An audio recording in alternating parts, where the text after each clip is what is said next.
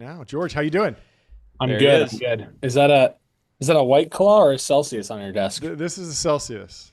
Oh, very good. Very Fantastic. PG-13. I love it. Are Great to you meet. are you a White Claw in the middle of the day guy? Is this founder No, I'm mode? I'm I'm I'm just a third cup of coffee guy. Okay. So Yeah. yeah, Only that's where three. we're at. Where do you max out? Where do you hit your sort of zone of genius with caffeine? Is it in the 300 milligram range, higher, You lower?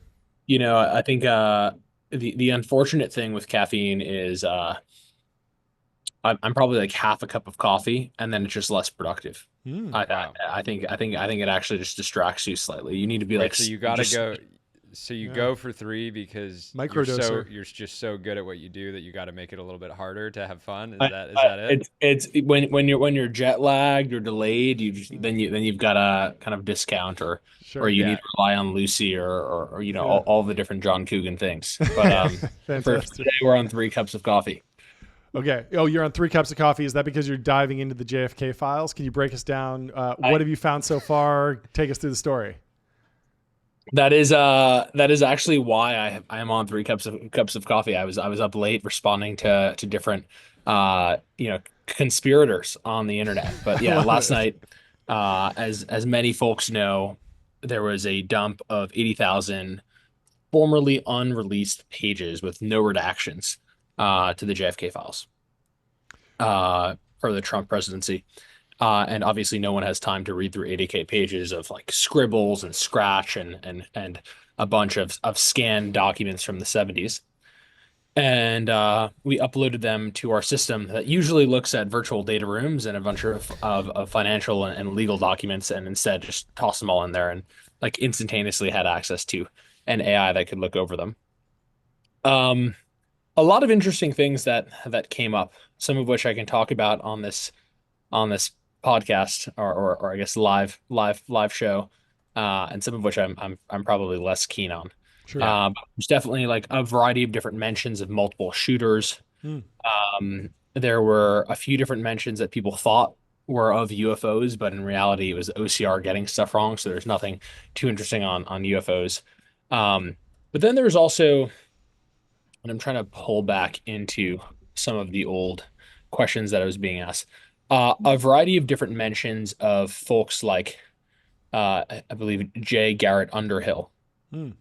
who was, interestingly enough, someone that a lot of conspiracy theorists believe was assassinated by the CIA for going and claiming that it was a CIA um, Hmm.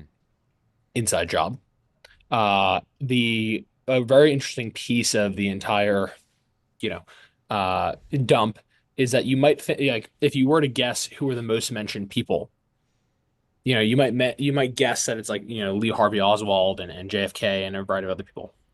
But it goes like in if you extract all the entities from every document, JFK is first, John Mhm. Kennedy is second, so just double mentions of JFK. Then Central Intelligence is the third most mentioned entity in the documents. Then Fidel Castro. Hmm. So Okay. there's I believe if you actually pull up 18 documents that are thoroughly about Fidel Castro. Wild. And then the fourth entity is FBI director and FBI agency. So as you kind of go down the list, you can actually see like lots of mentions of Cuba, Mhm. lots of mentions of the CIA and the FBI. Um, but not as much on the other standard people that folks would usually go and look into.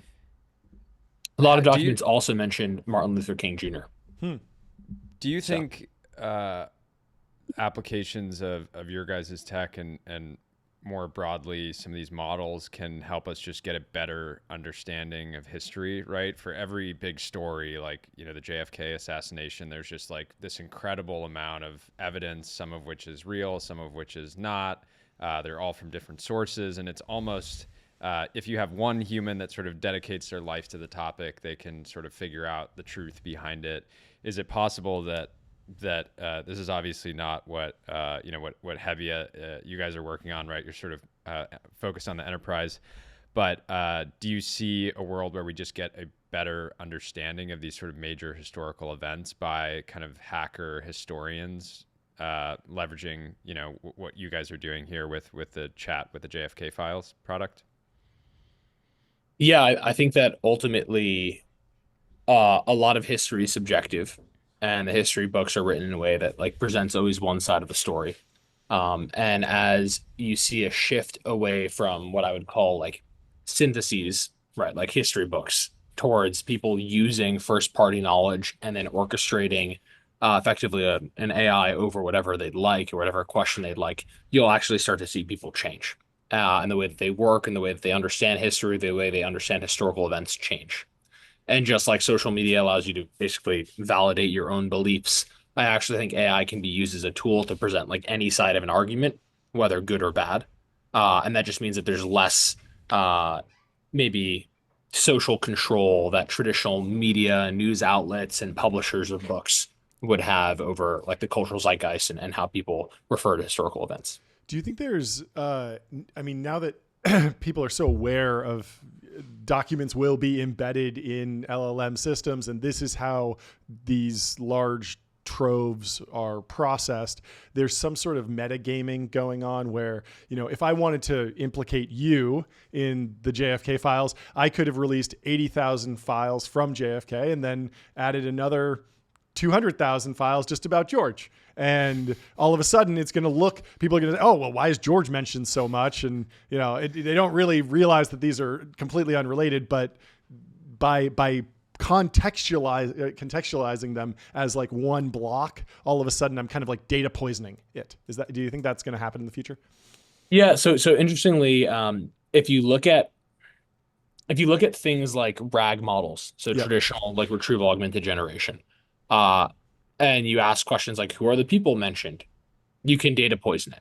Mm-hmm. One of the things that you're seeing with a lot of deep research products like Hebbia, and so this is just like a differentiator between Hebbia and ChatGPT Enterprise, or between Hebbia and even like the Perplexity Spaces product, is that instead of like going and pinging a search engine, Hebbia goes in, reads every single file, and tells you whether or not they're related or not.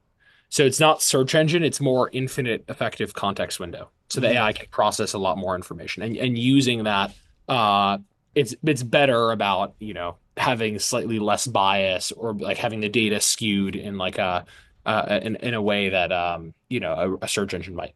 Speaking of context windows, I know that there's been like a little bit of an arms race. Google, I think, has like the biggest one at like 1 million tokens. Is that an important lever to pull when you're building your product and your system? Like, is that an important optimization vector, or is it just, let's find the smartest model or the cheapest model, or maybe cost doesn't even matter because of your clients? What are you optimizing for? Ultimately, we're trying to build the product that an AGI with infinite resources and infinite intelligence would use. Mm-hmm. We're not trying to build the AGI or the model or like the longer context window. We're trying to build an agent orchestration platform where you wouldn't judge, a artificial super intelligence by its ability to use an abacus or to do computations in its own context window. You would judge it by its ability to use a tool like Excel to do structured data processing. Similarly, we think that like the best way to do unstructured data processing won't even be in a larger effective context window for one model, but rather ways for it to orchestrate submodels to do computation on every file. And so if you look at what's going on with the JFK files, you're actually having one God model orchestrate a bunch of other smaller models and read with full attention over every document, but not, have to jam that all into one infinitely long context window. It's an infinite effective context window. Was there any like pre-processing that you had to do with the files? Because I imagine a lot of these are like screenshots or like photos of like pretty messy scans of documents. Like it's not exactly like a JSON file. A ton of different processing. One of the worst parts of like running an AI company, like processing old documents, is that the documents like are messy, and like ideally you'd want like a multimodal model that could process pictures of every document and do that. But you're already that's set up for that, more right? expensive, even slower. There's there's a context window issue there. Yeah. So what we do is we have probably the highest throughput indexing and like a highest accuracy indexing engine that will actually use multimodal models for really hard documents, sometimes use like standard OCR, Mhm. do like table and layout detection, and all this other stuff to feed it into something that LLMs can like process in an easy way. Can you talk a little bit about the history of the company? Because you started like before the AI boom. And I remember you describing the company early on, and I was like, that sounds kind of cool. And then like I saw you again like a couple years later. I was like, oh, this guy's working on like the hottest thing in the world. So how did you like? What's the prehistory of the company? Prehistory is I think I made an early bet on large language models and Mm-hmm. it paid off. I was in a PhD at Stanford, Mm-hmm. and I was working on honestly just studying meta learning because I thought it would be a really important piece of technology. And as kind of like summer of 2020 unfolded, OpenAI destroyed all of our research. They released a paper on GPT-3, which was, hey, large language models are meta learners. Mm-hmm. And it took like the academic world that was trying to build AGI, and we're like, okay, you're never going to do it. It's going to happen in a Wrong. closed source way, and OpenAI will probably be the people that invent it. And so I think being close to that shift and being close to the realization that this technology was going to be important early on was like, okay, I should probably leave my PhD and this will be the most important product and technology that I can build. And then spent the next 2 years like in the desert searching for customers that would pay for anything, Mm-hmm. but building the best possible enterprise product that I thought future agents, that I thought future people working alongside LLMs would want. And that just set us up to strike in a really fast, big, and market grabbing way when the iron was hot. That's I awesome. think, like, yeah. How Oh, please. Yeah. you're focused on the enterprise, but I'm just interested to get your opinion here because we talked about it yesterday with Scott from Cognition. Do you feel like we're close to have you seen any teams get that you're excited about around like building a truly great consumer AI agent? We've sort of been promised for a long time this like workflow of like, It'll hey, book we're gonna your book a flight, flights. it'll book your hotel, it'll do this, and we just haven't. There's no dominant product that's doing that today. I'm curious just to get your opinion there. Do you feel like we're close to that super magic moment other than the sort of chat GPT sort of conversational chat search Yeah, experience? people talk more about like super intelligence timelines than they do about just like AI booking me a flight. Yeah. I want to know. I want to know your flight booking agent timeline. Yeah. That's what I want to know. It's definitely more near term than Okay. super Then intelligence. paperclip it. Yeah. Paperclips are your airplanes. I Yeah. would say useful agents in consumer almost assuredly will be solved by the big model providers. And so it's almost like the worst space for a startup to work in. Honestly, there's a million startups now building B2B AI, like trying to compete with us and a bunch of our other competitors are trying to build. It's like it's already too late. Like if the whole world's trying to do it, like you're already way too late. Like that, you have to start way before everyone's trying to build it. But I think it will be done by OpenAI this year or sometime in the next year.